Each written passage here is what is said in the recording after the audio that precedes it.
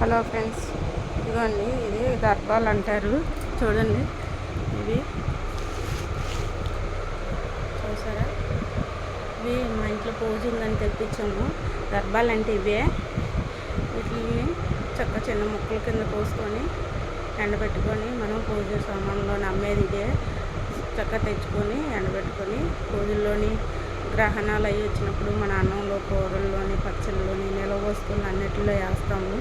ఇది ఒకసారి చూడండి. ఇలా ముక్కలు కోసుకొని ఎండబెట్టుకోవాలి.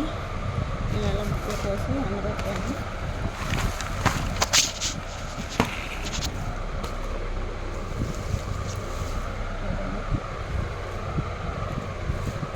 ముక్కలు కోస్తే ఇలా ఉంటాయి. అసలు చెట్లు అయితే ఇలాగ ఉంటాయి. చూసారా? ఇలాగా చెరికిలాగా ఉంటుంది. దాన్ని చక్కగా రైల్చేసి మనం చక్కగా ఇలా మొక్కల్లో కట్ చేసి ఎండబెట్టుకొని దాచుకుంటే మనకి పూజల్లో వాటిలో వాడుకోవచ్చు. మనం అమావాస్య రోజు వీటిని చిన్న కట్టలా కట్టి గుమ్మానికి పసుపు బొట్టు పెట్టి అలా కడితే మనకి నరఘోష, నరదిష్టి అన్నీ పోతాయి.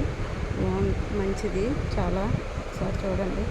ఎందుకంటే మేము పూజకని తెచ్చాము. మీకు కూడా ఒకసారి చూపిద్దామని. ఒకసారి చూడండి. ఇది ఎట్లాగా ఉంటుంది దర్పాలంటే.